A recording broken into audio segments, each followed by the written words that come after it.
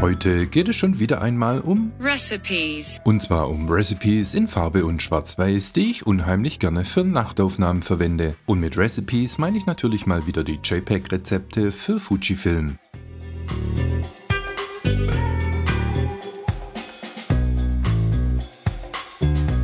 Recipe Nummer 1 ist Fluorescent Night oder korrekt ausgesprochen Fluorescent Night. Aha. Dieses Recipe stammt von Fuji X Weekly und erzeugt unter Neonlicht einen ganz bestimmten Look. Abhängig von den vorhandenen Lichtquellen und ihrer Farbtemperatur kann dieser Look auch variieren. Also fast so ein bisschen wie ein Überraschungsei. Von sehr kühl bis sehr warm. Mir persönlich gefällt der warme Look aber besonders gut. Erzeugt wird dieser Look vor allem durch den verwendeten Weißabgleich Neonlicht 2 und dessen Farbverschiebung von -8 bei den Rottönen und -1 bei den Blautönen. Unterstützend für die warmen Töne ist natürlich auch die Basisfilmsimulation Nostalgic Neck, was im Übrigen eine sehr interessante Kombi ist. Bei den Tageslichtbildern macht das Recipe keine so gute Figur. Alles wirkt sehr kühl und bläulich, aber das könnt ihr ja selbst gerne mal testen.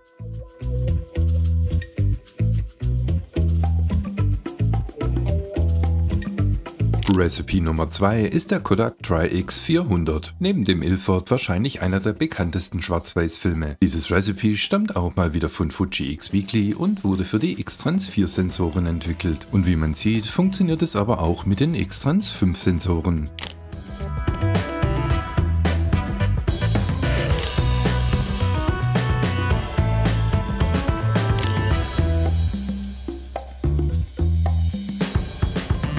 Wie fast alle Schwarz-Weiß-Recipes basiert der Kodak Tri-X400 auf der Filmsimulation Acros. Der Weißabgleich ist auf Tageslicht eingestellt und die Farbverschiebung befindet sich bei den Rottönen bei +9 und bei den Blautönen bei -9. Und ja, diese Farbverschiebung macht auch einen Unterschied in den Grautönen, was ihr im Übrigen auch im Fuji X-RAW Studio testen könnt. Charakteristisch für dieses Schwarz-Weiß-Recipe sind die Hell-Dunkel-Kontraste, die ich für mich in den Werten aber auch nochmals angepasst habe. Beim Original-Recipe sind die Schatten auf +3 gestellt, was ich aber für mein Recipe wieder auf 0 zurückgesetzt habe. Damit versumpfen die dunklen Töne nicht so und man kann den Kontrast später besser herausarbeiten. Die starken Kontrastwerte bei diesem Recipe werden vor allem auch durch die hohen Klarheitswerte erreicht, denn die sind bei diesem Recipe mit +4 voll auf Anschlag. Durch die Veränderung der Klarheitswerte wird aber auch das Abspeichern einer Aufnahme langsamer. Wer sich daran stört, muss den Klarheitswert wieder auf 0 setzen. Damit geht dann aber auch wieder so ein bisschen der Charakter des Recipes verloren.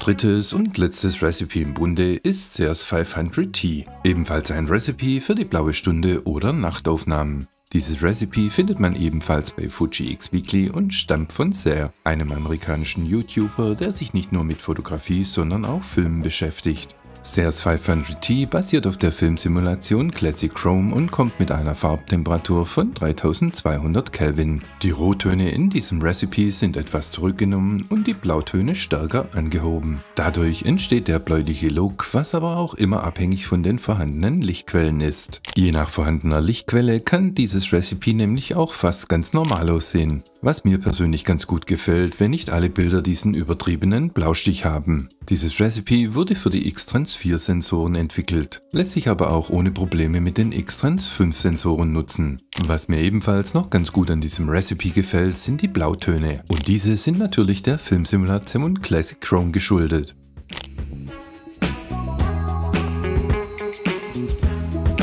Wie so oft im Leben hat man die Qual der Wahl. Welches Sushi schmeckt am besten und welches ist das richtige Recipe?